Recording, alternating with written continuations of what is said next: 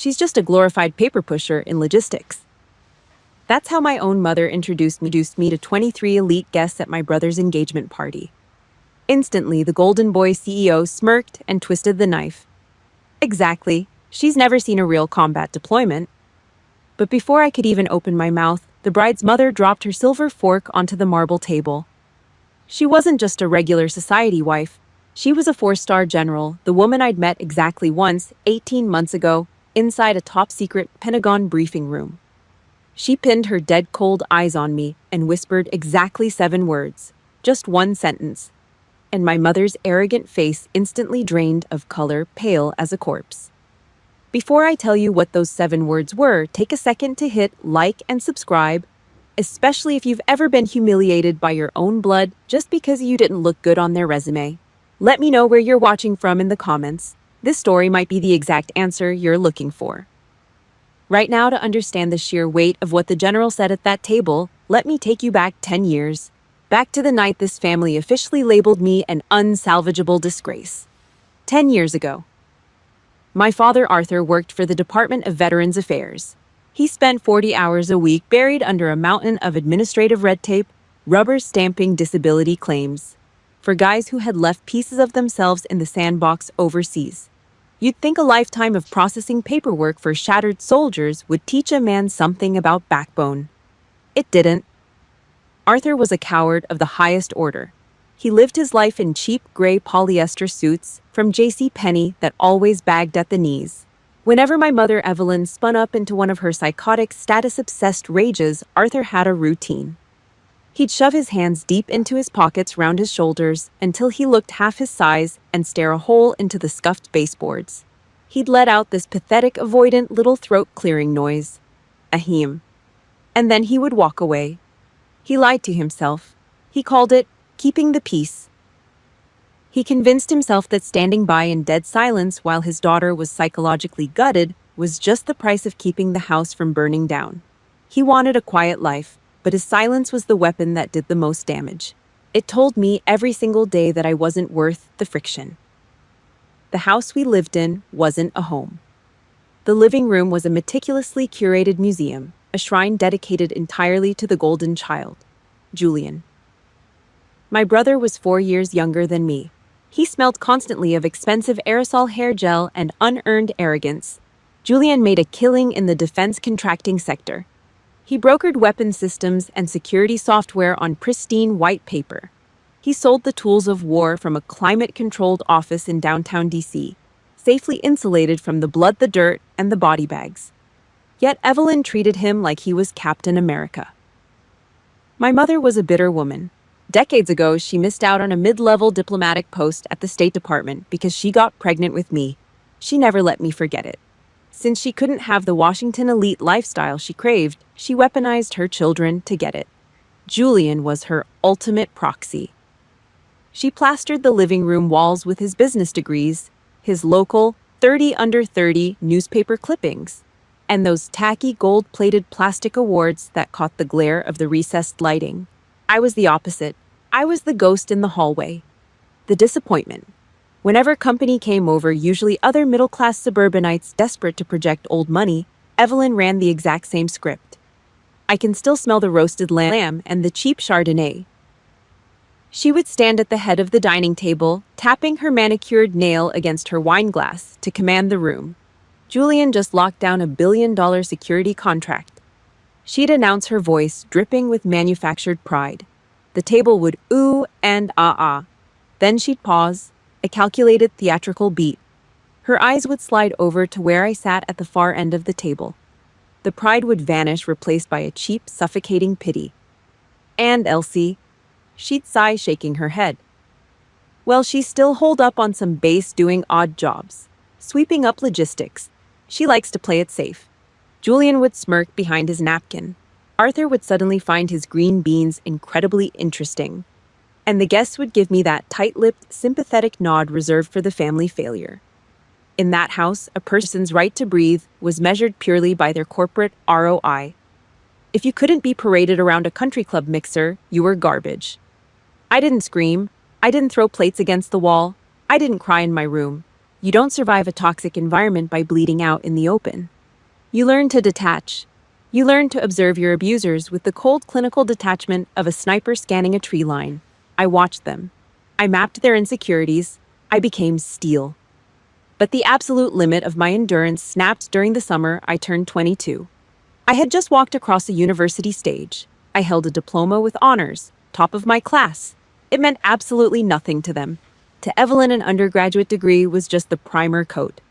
She had already mapped out the rest of my life, ready to mold me into her next shiny accessory to show off to the neighbors. It was late August. The heat in the kitchen was oppressive, thick and sticky. The old Kenmore refrigerator in the corner was humming a loud rattling buzz. I was sitting at the Formica table, drinking a glass of tap water. Evelyn marched into the kitchen. She didn't say hello. She didn't ask how my day was. She just stopped at the edge of the table and slammed a heavy, glossy booklet down onto the surface. The smack of the heavy paper echoed off the tile walls. I looked down. It was an admissions brochure for Harvard Law School. The refrigerator kept buzzing. The air in the room went entirely dead. The heavy, glossy Harvard Law admissions brochure hit the cheap Formica table with a loud smack. The sound bounced off the kitchen tiles, sharp and demanding. The old Kenmore refrigerator in the corner kicked into a loud, rattling hum. The August heat inside the room was thick, sticky, and suffocating. I did not flinch. I sat perfectly still in my plain gray cotton t-shirt. My spine was straight, my shoulders squared. I looked directly into Evelyn's eyes. "I am not going to law school," I said. My voice was completely flat, no shaking, no hesitation. I reached into my manila folder. I pulled out a single crisp sheet of paper and slid it directly over the Ivy League brochure. It was Department of the Army Form 4.1, United States Army Enlistment Contract. "I am shipping out for basic training," I stated, keeping my eyes locked on hers. "I am going into the Special Forces pipeline." She did not even look down at the paper. She just stared at me. 1 second, 2 seconds, 14 seconds of dead heavy silence ticked by. The air in that cramped kitchen turned to concrete. It felt like sucking in exhaust fumes. I just sat there regulating my breathing, watching the vein in her neck start to throb against her pale skin. Then the dam broke. Evelyn exploded. She shrieked. It was the high-pitched grating sound of a woman who had just been robbed of her most prized accessory. "You want to be a glorified maid," she spat. She slammed her hands down on the counter so hard the tendons in her wrists popped. "You want to throw away the reputation of this family to go pick up garbage in some godforsaken war zone? Are you out of your mind?" Right on cue, Arthur shuffled into the kitchen. He wore his faded brown corduroy slippers, his shoulders hunched forward, looking like a whipped dog avoiding a rolled-up newspaper. He glanced down at the military enlistment paper on the table and immediately groaned, rubbing his face with both hands. "I already told the guys down at the VA office that you got into Harvard," he muttered. He refused to look me in the eye. "How am I supposed to walk in there on Monday morning? They are going to ask questions. You are making me look like an absolute fool." Not a single word about my safety.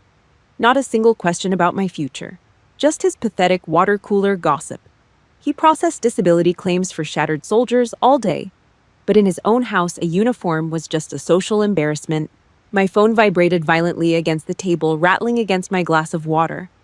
The screen lit up in the dim kitchen. A text message from Julian sitting comfortably in his air-conditioned bedroom just 20 feet down the hall. "You are making Mom cry again. Stop trying to play the hero and just do what you are told." I looked at the glowing screen. I looked at Arthur, who was now intensely studying the scuff marks on the linoleum floor. I looked at Evelyn, whose face was flushed purple with rage, her chest heaving as she prepared her final ultimatum. "If you walk out that door for this," Evelyn sneered, pointing a trembling manicured finger inches from my face, "you are done. I will cut off every single cent. No money, no phone plan, no support. You can go scrub toilets in the dirt for all I care. You will be nothing." I did not argue. I did not explain myself. I stood up. I pushed the wooden chair back.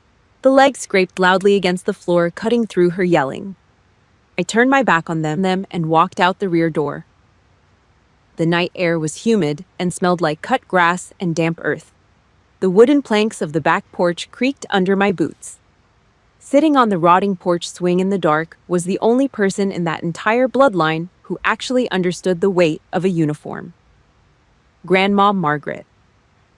She was 78 years old, a former Army nurse who had pulled 30-hour shifts in freezing field hospitals during the Cold War. She did not cry. She did not yell. She just sat there in the shadows, pulling a long drag from a Winston cigarette. The burning red cherry cast a faint glow over her deep, weathered wrinkles. She stood up slowly and crushed the cigarette under the heel of her shoe. She reached deep into the pocket of her faded wool cardigan. She grabbed my right hand. Her fingers were bony tough and felt like old leather. She pressed a thick, heavy roll of $20 bills firmly into my palm. $800. Right on top of the cash, she dropped a metal chain. I looked down. It was a dog tag, pitted, scratched, and spotted with decades of brown rust. My grandfather's tag. The metal was ice cold against my skin. Margaret looked me dead in the eye. Her voice sounded like grinding gravel. "Keep this," she commanded. "For the nights when the tracer fire keeps you awake, you look at it and you remember that you have the blood of actual warriors in your veins. Let the rest of them rot in their clean offices." I nodded once. I did not go back inside to apologize to my mother. I did not beg Arthur for understanding. I slipped the rusted metal chain over my head. The cold steel settled right against my collarbone. It felt heavy. It felt like armor. I walked straight to my room, grabbed the heavy olive drab duffel bag I'd packed 3 days ago, and slung it over my shoulder. The thick canvas strap dug hard into my muscle. I walked out the front door and let the screen door slam shut behind me. An hour later, I stood on the cracked concrete of the downtown station platform. The smell of thick diesel exhaust and stale rain filled my lungs. The Greyhound bus idled loudly at the curb, its massive air brakes hissing violently in the dark. I stepped onto the bus, walked straight to the back, and sat down on a cracked vinyl seat. The engine roared to life. As the bus pulled away from the curb, I looked out through the yellow-tinted, grimy window. I watched the manicured lawns, the pristine driveways, and the bright porch lights of my family's neighborhood slowly fade into the pitch-black night. I leaned my head against the vibrating glass. I closed my eyes, and I did not look back a single time. The military recruiters sell you a polished commercial, sharp uniforms, flags waving in the wind, crisp salutes. Reality is just dirt noise and the copper stench of blood. 3 years after I got on that Greyhound bus, I was eating sand at a remote outpost in the Middle East. Julian was back in Washington, D.C., wearing a tailored suit, closing defense contracts on pristine white paper. My contracts were negotiated in mud, sweat, and spent brass. I didn't push paper. I pushed combat gauze into open chest wounds. I learned the exact tearing sound a cat tourniquet makes when you rip the Velcro open under heavy incoming fire. I learned how to drop a target at 300 yards just to keep myself breathing. The smell of burned cordite and dried blood baked deep into my pores. You can scrub with heavy lye soap until your skin is raw, but that smell never washes out. It becomes part of you. It was 0:30 after a massive raid went completely sideways. We made it back to the forward operating base. I was standing in the center of the compound, covered in chalky white dust and someone else's blood. Earlier that week, the battalion commander had pinned silver bars to my collar. Captain Elsie Allen, an 03 in the United States Army. I wasn't thinking about the rank. I was standing under the harsh, blinding glare of a halogen work light, looking down at Master Sergeant Carlos Mendez. Carlos was 47, 3 kids back in Texas, a lifer who treated his unit better than he treated himself. The contrast between him and my family was a bitter pill. Back home, my mother measured worth by zip codes and country club memberships. Here, worth was measured by who ran toward the gunfire when everyone else hit the dirt. 2 hours ago, in a pitch-black alleyway, Carlos threw his entire body weight into me. He shoved me hard into a drainage ditch, just as a mortar shell ripped the earth apart where I had been standing a second before. He took the jagged shrapnel meant for my spine. Now the medics had him flat on a canvas litter. The heavy olive fabric was soaking through. A dark, wet stain spread rapidly beneath his ribs. He gritted his teeth, his face pale and slick with cold sweat under the dirt. The medics were moving fast, hands stained red, shouting for a medevac bird. The desert wind whipped up, throwing fine, stinging sand against my face. The temperature drops fast at night out there. It cuts right through your fatigues. I unvelcroed a pouch on my tactical vest and pulled out the heavy black satellite phone. I wiped the grit off the screen with my thumb. My hands were shaking slightly. Not from fear, but from the massive adrenaline dump slowly crashing out of my system. I just needed a tether, one normal human connection to ground me before the helicopters arrived. I dialed the area code for Virginia. The static hissed in my ear. A harsh digital crackle. 3 rings. Hello. It was Evelyn. Her voice was sharp, irritated, like I had just interrupted her favorite TV show. Not, "Are you okay?" Not, "I'm glad you're alive." "Are you tired of being a bullet sponge yet?" she asked. The ice clinked in her glass. I could picture her standing in her pristine kitchen holding a glass of cheap Chardonnay. I swallowed hard. My throat felt like sandpaper. I stared at the medics cutting Carlos's uniform open with trauma shears. "I just made Captain Mom." A pause on the line. The satellite delay stretched the silence. Then a heavy theatrical sigh. "Right," Evelyn said. Her voice dropped into that familiar mocking tone. Ice cold. "So what does that mean exactly? Are you still handing out boots in a warehouse, or did they finally promote you to mopping the mess hall?" My grip on the thick plastic phone tightened until my knuckles turned white. I could hear the faint murmur of the television in the background on their end. Cable news commentators arguing. The domestic comfort of it all was nauseating. They were sitting on plush leather furniture while the air I breathed tasted like diesel exhaust and panic. Before I could even formulate a response, the receiver fumbled. Arthur's voice cut through the static. "Elsie, listen!" he rushed out. His voice buzzed with that pathetic, desperate need to agree with my mother. "Your brother just closed a massive deal. Cybersecurity software, 7 figures. The boy is an absolute genius. He's the one actually protecting the country right now. You should have seen the clients looking at him." I stopped listening. The words faded into a dull, meaningless buzz. He's the one actually protecting the country. I looked over at Carlos. He let out a low, ragged groan as a medic shoved packing gauze deep into the shrapnel wound. Blood pooled on the rubber soles of his combat boots. Blood dripped onto the sand. Julian was drinking expensive scotch in a high-rise building, selling lines of code. Carlos was bleeding out on a canvas cot to keep me breathing. And the people who shared my DNA, the people who slept safely under the blanket of security we provided, thought my uniform was a janitor's outfit. A profound freezing numbness washed over me. It started in my chest and spread to my fingertips. The last remaining ember of hope I had for my family, the childish, stupid wish that they might eventually respect me, snuffed out completely. My jaw locked. The muscles in my neck pulled tight like steel cables. I didn't yell. I didn't curse at them. I didn't owe them my anger. They weren't worth the calories it would take to raise my voice. I looked at the bulky phone in my hand. I stared at the red button. My thumb pressed down. Beep! The line went dead. The hissing static vanished. I slipped the phone back into my vest and secured the Velcro. I didn't call back. Not that night. Not the next day. I closed a massive, heavy steel door in my mind, locking them out entirely. For the next 7 years, I let them live in their delusional little bubble, worshipping their golden boy and his paper contracts. I let them think I was nothing. I turned my back on the darkness, walked over to Carlos's stretcher, and knelt in the bloody sand. 7 years is a long time to keep a door shut. I spent those years building a life out of Kevlar, classified ink, and graveyard shifts.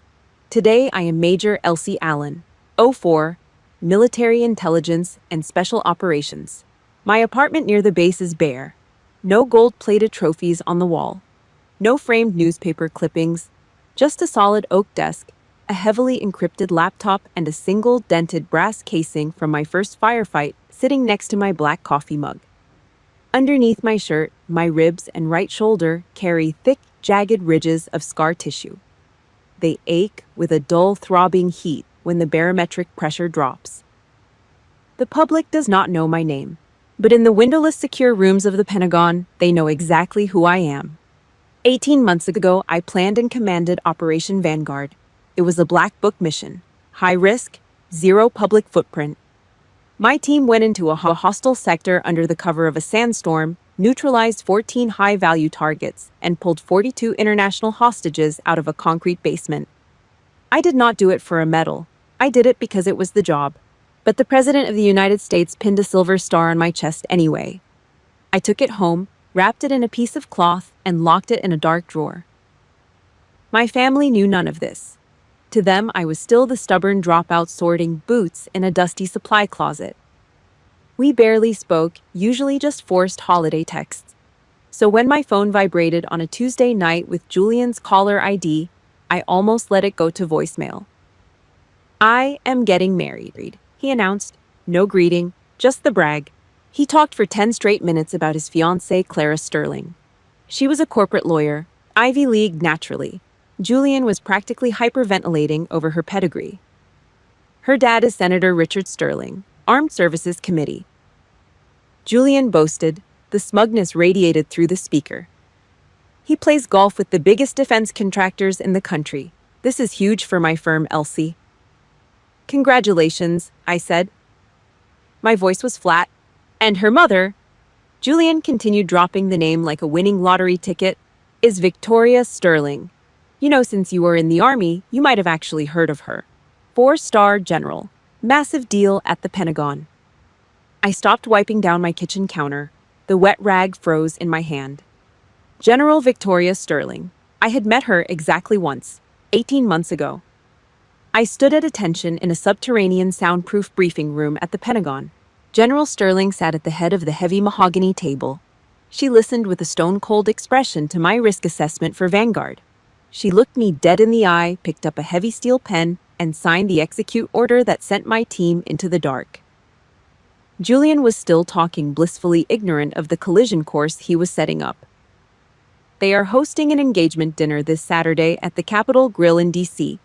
Mom wants you there. Try to look presentable, and please do not embarrass us." Saturday night, the private dining suite smelled of dry-aged ribeye steaks, expensive bourbon, and old money. I arrived 20 minutes early. I wore a tailored black silk blouse and dark slacks. No uniform, no rank insignias, just civilian clothes. Julian was already there, sweating through the collar of his expensive tailored suit, pacing aggressively across the thick carpet. When his phone rang, he jumped. "It is the caterer," he muttered, tossing his iPhone onto the cold marble table. He rushed out into the hallway to yell at whoever was on the other end. I stood alone in the room. I picked up a glass pitcher and poured ice water. On the table, Julian's iPhone screen lit up. A notification pinged. I did not mean to snoop. But the banner text glowed bright blue against the dark marble, and the group chat name caught my eye instantly. Allen Family Updates. There were 3 people in that chat, Evelyn, Arthur, and Julian. I was not included. I never was. A new message from my mother popped up on the lock screen. "Evelyn, do whatever you have to do tonight, Julian. Just do not let Elsie talk about her military job." The Sterlings are high society elite. They do not need to know we have a daughter doing low-class logistics work. Change the subject if you have to. Another ping. Julian had replied from the hallway. "Julian, relax, Mom. I will shut her down early. She has never seen a real deployment anyway. She has absolutely nothing to brag about." I stood completely still.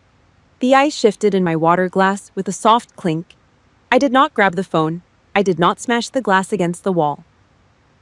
The anger that hit me was not hot or explosive. It was freezing cold. It was the absolute clinical clarity of a sniper locking onto a target. They had plotted this. They had formed a coordinated strategy to hide my existence. To them, the blood I left in the sand, the scars on my ribs, and the silver star in my drawer were just dirty little secrets. A stain on their pristine corporate image. They were preparing to publicly strip me of my dignity just to kiss the ring of a senator. I set the glass down. I rolled my shoulders back, feeling the familiar tight pull of my scar tissue. The military intelligence mindset took over. Emotion is a liability. Leverage is everything. They had no idea who was walking into this room. They had no idea I already held the ultimate trump card. I reached up to my collar. Underneath the smooth black silk, the cold rusted metal of my grandfather's dog tag rested against my skin. I pressed my thumb against the rough edge of the steel. There would be no more quiet retreats. No more keeping the peace to protect a family that despised me. I turned toward the heavy oak double doors, just as the maitre d' pulled them open. I could hear Evelyn's fake, overly enthusiastic laugh echoing from the hallway. The Sterling family was arriving.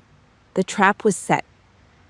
I let my hands drop to my sides, squared my shoulders, and walked directly into the kill zone. 23 people sat around a massive mahogany table inside the private dining suite at the Capitol Grill. The air in the room was thick.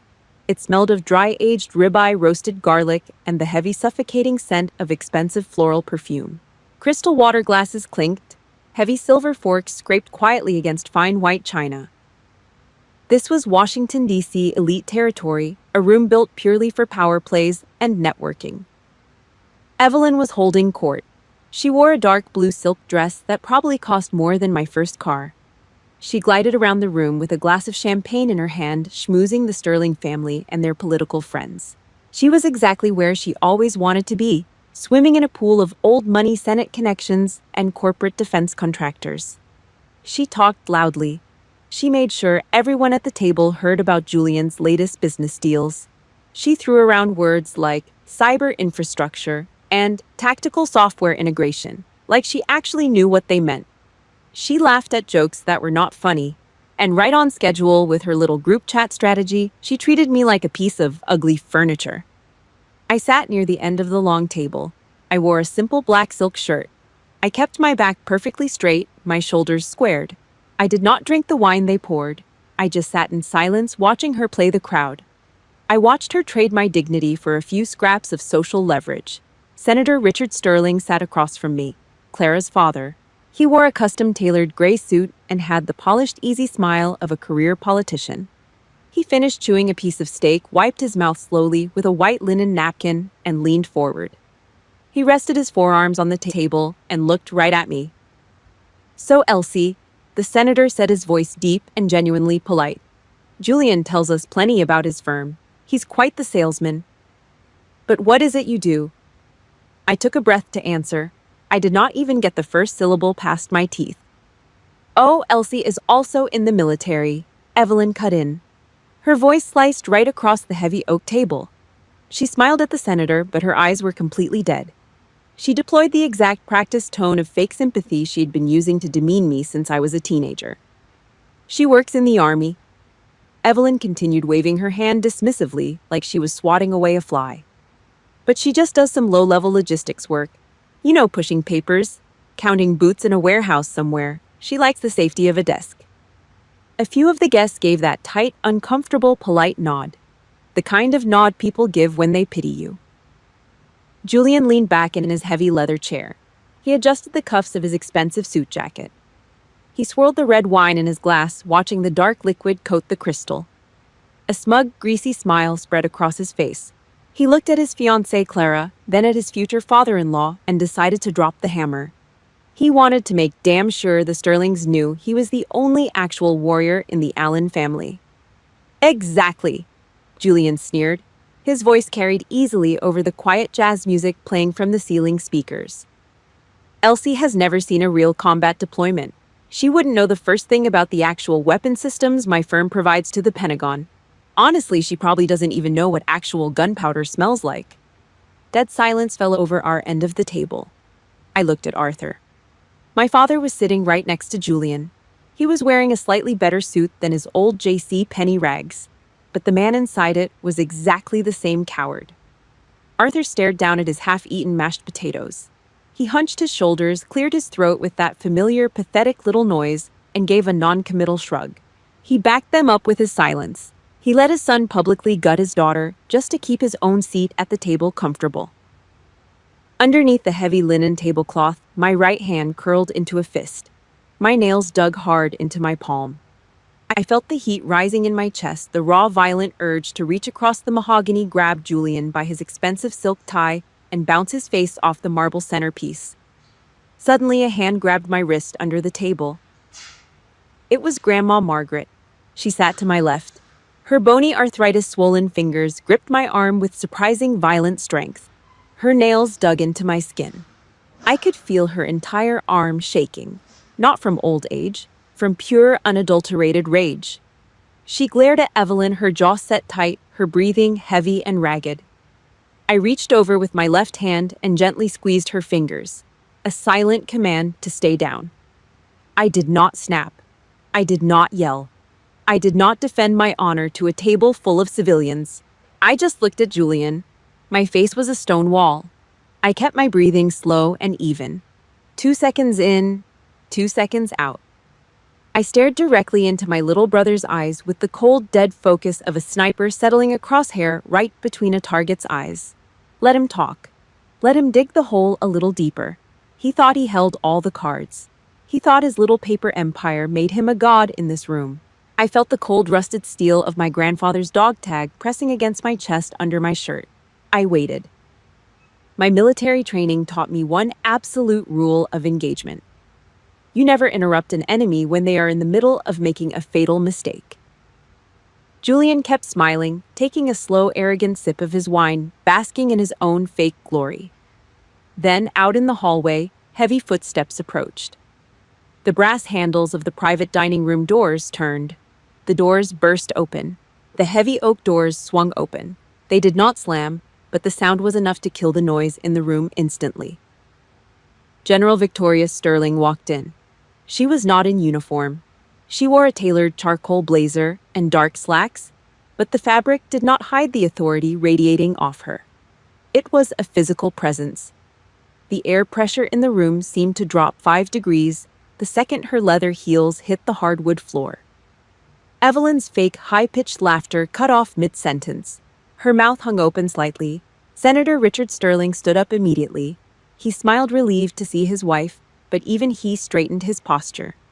The rest of the table followed suit, scrambling out of their leather chairs. Julian bumped his knee hard against the table leg in his rush to stand up, spilling a few drops of red wine onto the white linen. General Sterling did not rush. She stepped into the private dining suite with the slow, deliberate pacing of an apex predator scanning a new environment. She nodded to a few of the political guests. She shook hands with Arthur, who wiped his sweaty palm on his pants before reaching out. She tolerated a brief, overly familiar hug from Evelyn. Her eyes scanned the long mahogany table. Then they locked onto me. She stopped walking. I was standing at the end of the table, spine-rigid, shoulders squared. I did not move. I held her gaze with the absolute locked-in focus required when facing a 4-star commanding officer. For half a second, there was a flicker of genuine surprise in the general's steel-gray eyes. It was a micro-expression. The slight raise of an eyebrow, the slight tightening of the jaw. She was processing the data. She was matching the woman in the black silk blouse standing at this ridiculous DC engagement dinner to the combat officer she had authorized to drop into a hostile compound 18 months prior. She recognized me. I could see the exact moment the memory clicked. Her eyes flicked down to my right shoulder, then back up to my face. She knew exactly what it cost for me to stand up straight. General Sterling took 3 slow steps forward. The room was dead silent. The only sound was the heavy, rhythmic thud of her low heels. She bypassed Evelyn entirely. She ignored Julian's outstretched hand. She stopped exactly 3 feet in front of me. "Major Allen," the general said. Her voice was not loud. It did not need to be. It cut through the quiet room like a serrated combat knife. "It is a rare honor to see you off base." Evelyn let out a weird, strangled gasp. Julian's outstretched hand slowly dropped back to his side. He blinked rapidly, looking at the general, then looking at me, his brain completely failing to process the audio. Major. The word hung in the air. To my family, it was a foreign language. They had spent the last 10 years convincing themselves I was a warehouse janitor. I gave a sharp, perfectly measured nod. "The honor is mine, General," I replied. My voice was completely flat, zero emotion. General Sterling did not break eye contact with me, but I could see the cold calculation happening behind her eyes. She had walked in halfway through Julian's little speech. She had heard the tail end of his smug monologue. She had heard him say I'd never seen a real deployment. She had heard him say I didn't know the smell of gunpowder. She knew exactly what kind of snakes were sitting at this table. She pulled out the heavy leather chair directly across from me. She sat down slowly. She smoothed the lapels of her blazer, keeping her movements incredibly controlled. The rest of the guests awkwardly sat back down. Evelyn swallowed hard, her throat visibly bobbing. She shot a panicked, wide-eyed look at Arthur. Arthur just stared at his plate, sweating bullets. "Please," General Sterling said, gesturing to the table with one hand. "Do not let me interrupt the celebration. Continue." But the air was ruined. Julian looked like he had just swallowed a golf ball. He reached for his water glass, his hand shaking slightly. The ice clinked against the crystal. Evelyn, desperate to regain control of her social standing, let out a nervous little chuckle. "Oh, General Sterling, we were just talking about Julian's new cybersecurity contract. You know how important defense work is these days." General Sterling did not look at my mother. She kept her laser-focused gaze pinned entirely on me. "I do know how important it is," the general said quietly. She reached out and picked up her own water glass. "I know exactly who does the real work and who just sells the paper." Julian flinched. The subtle, lethal insult landed right between his eyes. I sat perfectly still, watching them squirm under the weight of an actual leader. If you have ever had to sit in silence while arrogant, fake people took credit for your hard work, you know exactly how sweet this moment tasted. Hit that like button right now if you know the feeling. Drop a comment below and tell me, I know the feeling, so I know I'm not the only one who has had to deal with this kind of corporate garbage. General Sterling took a slow sip of her water. She set the glass down silently on the linen tablecloth. She leaned back in her chair and crossed her arms. She wasn't going to yell. She wasn't going to cause a scene. She was just going to sit there and let them keep digging their own graves. I looked at Julian. He was staring at me, real fear finally creeping into his eyes. The protective bubble of his mother's delusion had just been popped. I rested my forearms on the table. The trap was sprung. The door was locked. Now it was time to let the predator off the leash. The waitstaff cleared the salad plates and brought out the main courses: bone-in ribeyes, seared sea bass. The room smelled of truffle butter and roasted asparagus. Evelyn, completely blind to the thick tension hanging over our end of the table, stood up again. She picked up a heavy crystal wine glass and a silver spoon. Clink, clink, clink. The high-pitched sound forced everyone to stop eating and look at her. She smoothed the front of her expensive silk dress and put on that overly dramatic, long-suffering mother face. She sighed, looking down at me with practiced pity. "I just want to say how incredibly proud I am of Julian," Evelyn announced, her voice dripping with fake emotion. "He's building a real legacy, a legacy of actual protection for this country." She paused. She looked at me. The condescension in her eyes was toxic. "And Elsie. Well, this is our daughter, the one who chose to hide behind logistics paperwork instead of making a real impact like her brother. She likes to play it safe." Julian gave a slow, self-satisfied nod. That arrogant, punchable smirk bloomed on his face. He actually reached out and patted Arthur on the shoulder, like two men sharing the burden of a disappointing woman. 3 seconds of dead silence followed. Then General Victoria Sterling slowly placed her heavy silver fork down on her plate. It didn't clatter. She set it down with total control. The general did not look at Evelyn. She turned her head, her steel-gray eyes locking onto Julian. Her gaze was ice-cold. It was the look you give an insect before you step on it. "Julian," General Sterling said. Her voice was low, but it commanded every square inch of that room. "Did you just say your sister has never seen a real deployment?" Julian's smirk faltered. He blinked, confused by the sudden shift in the air pressure. He opened his mouth to answer, maybe to crack another joke about my warehouse job, but he didn't get the chance. The general did not wait for his answer. She snapped her head toward me. Her voice boomed sharp and thunderous, echoing off the mahogany walls. "Major Allen, tell your family where you were 18 months ago." Evelyn panicked. The title Major finally registered in her social climbing brain. She saw her perfect DC dinner party slipping out of her manicured hands. "Oh, General," Evelyn stammered, waving her hands nervously. She just knocks around some supply base. I am speaking to my officer, General Sterling roared. The words sliced through Evelyn's fake polite voice like a machete through wet paper. Evelyn's mouth snapped shut. She physically recoiled, shrinking back into her chair. Arthur stared at his water glass, his face completely pale, sweating through his collar. General Sterling reached into the inner pocket of her charcoal blazer. She pulled out a heavy solid brass coin. A 4-star General's Challenge coin. She tossed it. The heavy metal coin hit the marble table right in front of Evelyn's plate with a sharp, violent crack. 18 months ago, the general stated, her voice hard and uncompromising, Major Elsie Allen planned and commanded Operation Vanguard, a classified direct action raid behind enemy lines. She breached a hostile compound. Her team neutralized 14 armed terrorists and pulled 42 international hostages out of a basement alive. The entire room of 23 people stopped breathing. Senator Sterling set his wine glass down, looking at me with sudden, intense respect. The general wasn't done. She stood up.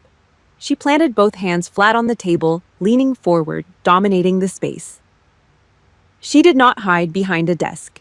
General Sterling continued, her voice dripping with absolute disgust as she looked at Evelyn. She took a bullet to her vest and shrapnel to her ribs to make sure her men got out. She wears the silver star on her chest, hand-delivered by the President of the United States. Evelyn's face drained of all blood. She looked like a wax figure melting under a heat lamp. Her mouth opened, but no sound came out. General Sterling turned her lethal gaze back to Julian. Your paper defense contracts, the general sneered, are absolutely worthless garbage without the blood of actual combat operators like your sister. Julian's jaw hung open. His bottom lip trembled violently. The smug Golden Boy CEO facade was entirely shattered. He looked small, pathetic, a fraud exposed in his own temple. He looked down at the table, unable to meet the eyes of his fiancée Clara, who was now staring at him in complete shock. I did not smile. I did not gloat. I did not need to rub their faces in it. The damage was total, absolute, and permanent. I sat perfectly straight in my chair, my shoulders squared. My hands rested calmly on my lap. I looked directly into General Sterling's eyes, my face a mask of cold, unbothered stone. Mission accomplished, General, I said quietly.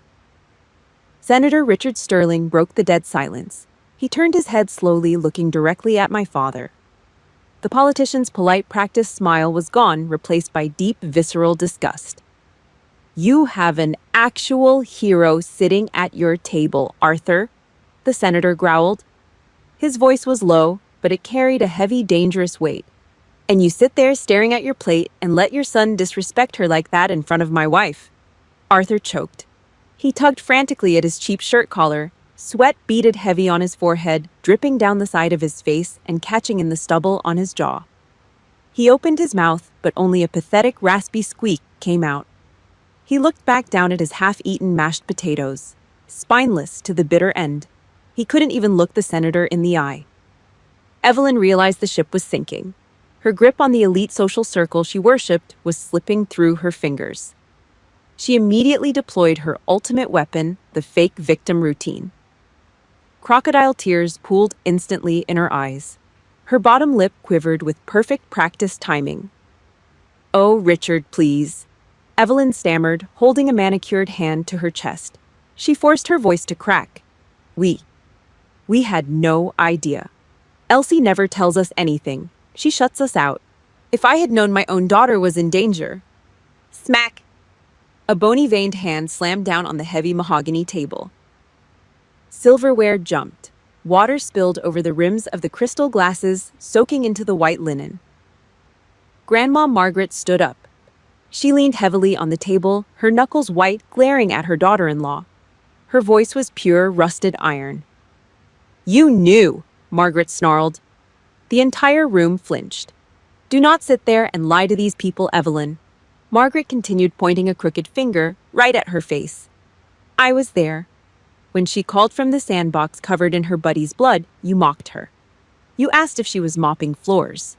You chose to be deaf and blind because her uniform didn't print money for you to show off at the country club. You make me sick. Evelyn's face twisted into something ugly. The aristocratic facade cracked wide open, exposing the rotting core inside. She pushed her heavy leather chair back so hard it screeched violently against the hardwood floor. She lunged around the table, grabbed my forearm, and dug her acrylic nails deep into my skin. Outside. Now! She hissed through her teeth, her breath smelling of sour wine and panic. I let her pull me. Not because she was stronger, but because I wanted this isolated. I let her drag me out through the heavy double doors and into the dim, narrow corridor outside the private suite. Julian scrambled after us, desperate to escape the glare of the general. The heavy doors clicked shut behind him, cutting off the quiet jazz music and the hum of the restaurant. Out here, the air felt cold and tight. The hallway walls were lined with dark, polished stone. It felt like a bunker. Evelyn let go of my arm and spun around. She was panting heavily. Her expensive silk dress looked rumpled. The mask was entirely gone, revealing the rabid, status-obsessed animal underneath. "Are you happy now?" Evelyn shrieked. She pointed a shaking finger an inch from my face. "You did this on purpose. You humiliated me in front of the Sterlings. You set Julian up just to ruin his future. You always ruin everything." Classic Evelyn. Deny, attack, reverse, victim, and offender. I just took a bullet for a living, but somehow she was the one bleeding on the carpet. She didn't care that I almost died 18 months ago. She only cared that she looked bad at dinner. I glanced over her shoulder. Julian was pressed against the cold stone wall. His custom suit hung loose on his frame. He was actually crying. Real pathetic tears tracked down his cheeks. His chest heaved with rapid, shallow breaths. The fake CEO had just realized he spent the last hour bragging about paper weapons to a woman who had pulled real triggers. He realized he was nothing. I did not back away. I did not yell back. I took one deliberate step forward, closing the distance between me and my mother.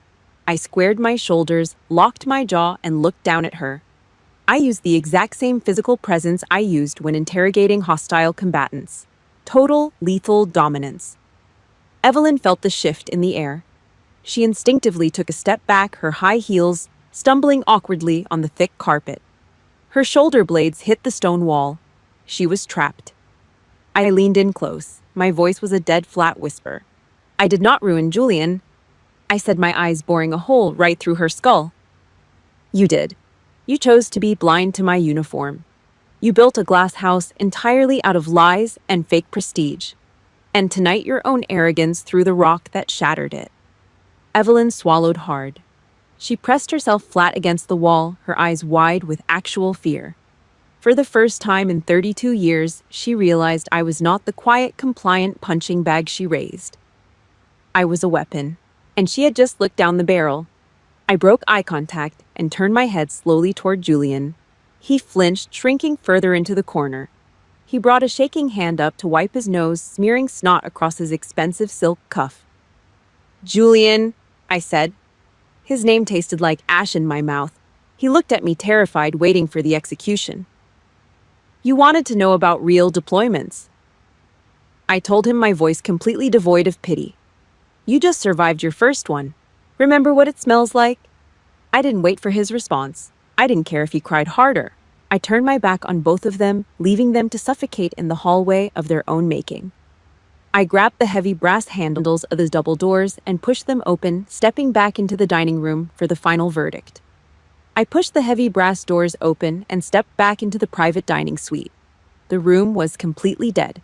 The clinking of silver, the hum of quiet conversation, the forced laughter, all of it was gone. 23 pairs of eyes locked onto me.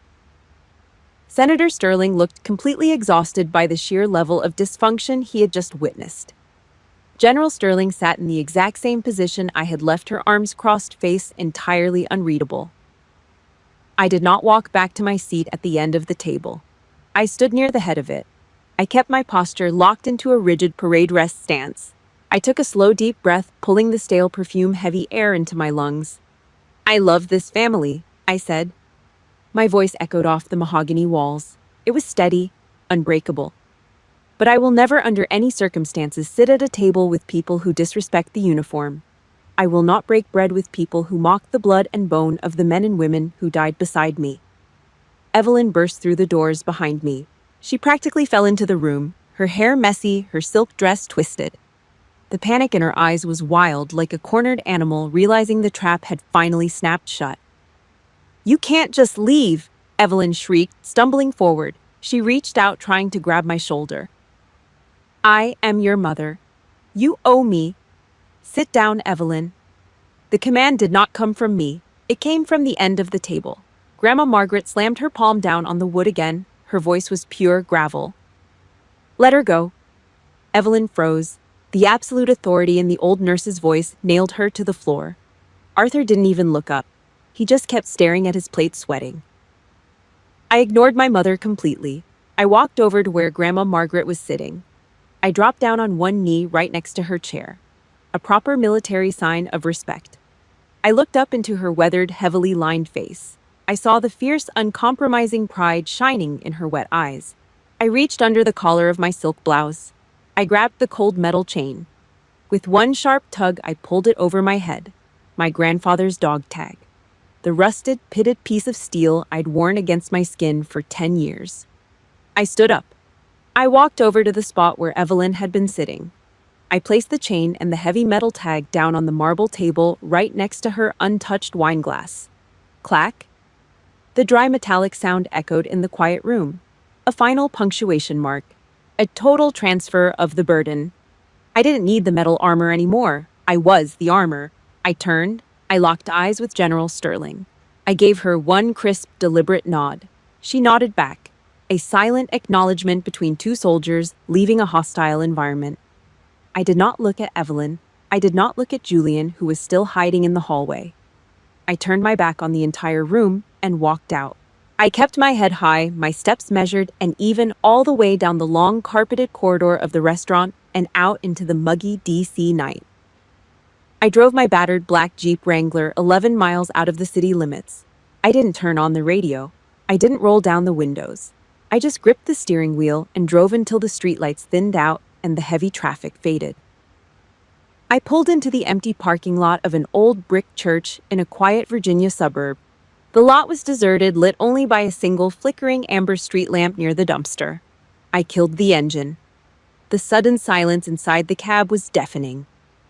I reached into the pocket of my slacks. Before I had walked out of the restaurant, Grandma Margaret had pressed a folded piece of thick cream-colored paper into my hand. I flicked on the dim overhead dome light. I unfolded the paper. It was a handwritten note. The cursive was shaky, written by a hand that had spent a lifetime working too hard. Elsie. Your mother inherited my fear, but you inherited my courage. Stop waiting for them to see you. The right people in this country have already seen exactly who you are. I read the words again and again. Stop waiting for them to see you. I folded the paper carefully and placed it on the dashboard. I gripped the thick leather of the steering wheel with both hands. My knuckles turned white. I closed my eyes. And for the first time in 10 years, the steel wall I'd built around my chest cracked. The first tear was hot, stinging my eye before it tracked down my cheek. Then another. Then the dam completely failed. I gasped for air. I slumped forward, resting my forehead against the hard steering wheel. I cried. I didn't just shed a few quiet tears. I wept. I sobbed with the ugly, violent, gut-wrenching force of a decade of suppressed grief. I cried for the 22-year-old girl who walked onto a Greyhound bus alone. I cried for Carlos bleeding out in the sand. I cried for the absolute, crushing exhaustion of trying to prove my worth to people who were committed to misunderstanding me. The heavy sobs shook my entire body, echoing in the cramped, dark cabin of the Jeep. It hurt. It felt like my ribs were physically breaking apart. But with every ragged breath, the toxic weight of my family's expectations was leaving my system. The gaslighting, the constant need for their approval, the suffocating shadow of the golden child, it was all washing out. I cried until my throat was raw and my eyes burned. I cried until there was absolutely nothing left. I sat back in the driver's seat. I wiped my face with the back of my hand. My chest felt empty, but for the first time in my life, the emptiness didn't feel like a punishment. It felt like clean space. It felt like freedom. I reached down and turned the ignition key. The Jeep's engine roared to life, loud and reliable, in the quiet night. I put the truck in gear, pulled out of the empty church lot, and drove into the dark. It takes exactly 48 hours for a glass house to completely shatter. McLean, Virginia is a wealthy insular suburb. It is a town that runs entirely on gossip, social currency, and political connections. Word of what happened inside that private dining room at the Capitol Grill spread like a wildfire in dry brush. Evelyn's fake, carefully constructed empire collapsed overnight. The country club elites she spent decades kissing up to suddenly stopped returning her calls. Her lies were exposed. The woman who paraded around town acting like American royalty was outed as a fraud who had spent 10 years hiding a Silver Star recipient just to stroke her own ego. My phone vibrated constantly on my kitchen counter. The screen lit up with dozens of notifications. Arthur sent 6 long text messages. They were full of pathetic, spineless apologies. "I should have spoken up, Elsie. I am your father. I am so sorry. Please just call me back. Let's talk about this like a family. Too little. 10 years. Too late." I deleted the thread without replying. Then came the voicemails from Julian. I listened to the first one just to hear the sound of his reality caving in. He wasn't a smug golden boy CEO anymore. He was actually sobbing into the receiver. His breath hitched in his throat. "Elsie, please," Julian begged, his voice high-pitched and frantic. "Clara called off the wedding. Senator Sterling pulled his endorsement of my firm. The Pentagon contractors are dropping my software packages. I am losing everything. My investors are walking. Please, Elsie, just call the general. Tell her you forgive me. Just fix this. Please." I stared at the blinking red notification light on my phone. I didn't feel sorry for him. I didn't feel a sudden urge to play the protective older sister. He had built his entire career by standing on the throats of other people. He built his pride by mocking the people who actually bled for this country. Now gravity was just doing its job. I tapped the screen. Block caller. I did the same for Arthur. And Evelyn. Block, block, block. 3 quick taps against cold glass. That was all it took to sever the rotting dead weight I had dragged behind me for 32 years. The silence that filled my apartment afterward was absolute. It was peaceful. My laptop pinged softly from the oak desk, a secure encrypted email notification. I opened it. The sender was General Victoria Sterling. It wasn't a social check-in. It was a formal set of orders. The general was officially requesting my transfer to the Pentagon. She wanted me on her personal staff as a direct tactical advisor to the Joint Chiefs. She didn't want paper pushers. She wanted operators who knew what the dirt actually tasted like. I closed the laptop. I walked into my bedroom and opened my closet. I pulled out my Army service uniform. The dark blue fabric was perfectly tailored. The brass buttons were polished until they mirrored the room. I dressed slowly. I pinned the ribbons to my chest. Every single one of them was earned in the dark, in the mud, and in the crosshairs. I drove to the military installation in Northern Virginia. The morning air was biting cold, cutting right through the lingering summer humidity. I walked through the heavy steel gates of the security checkpoint. The rhythmic, solid thud of my boots on the asphalt felt like a heartbeat. Standing just past the checkpoint, leaning slightly against a concrete barrier, was Master Sergeant Carlos Mendez. He looked older. The gray in his hair was thicker. He leaned his weight heavily on his left leg, a permanent reminder of the shrapnel he took for me in that desert alleyway. But he was wearing his uniform, and he was breathing. Carlos saw me walking up the path. He pushed himself off the concrete barrier. He stood up perfectly straight, ignoring the pain in his leg. He snapped a crisp, razor-sharp salute. His eyes crinkled at the corners with a deep, knowing smile. "Good morning, Major," Carlos said. His voice was rough, familiar, and grounded. I snapped my hand up to the brim of my cover, returning the salute. "Good morning, Master Sergeant." I dropped my hand. We didn't need to hug. We didn't need to cry. We stood shoulder to shoulder, looking out over the sprawling, heavily fortified military base. This was my family. The people who understood the cost of the uniform. The people who didn't demand I shrink myself to make their egos feel bigger. I looked up at the sky. It was a sharp, clear, unforgiving Virginia blue. My brother had stood in front of 23 people and confidently stated that I had never survived a real campaign. He was dead wrong. I had just survived the most brutal, grueling, and exhausting campaign of my entire life. I fought a 10-year war inside a toxic house. I fought to protect my sanity, my dignity, and my right to exist without apologizing for it. I established a boundary made of solid steel, and I walked away from the battlefield with my head held high. I didn't need to display the silver star to prove my worth.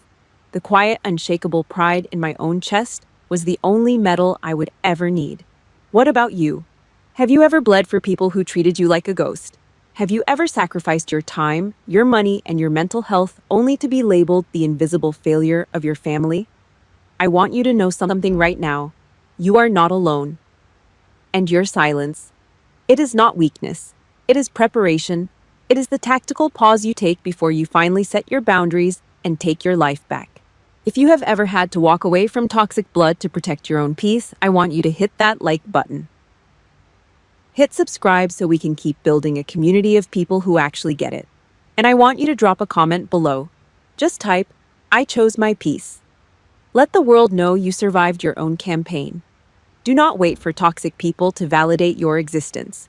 The right people, your real family, will always see your true worth.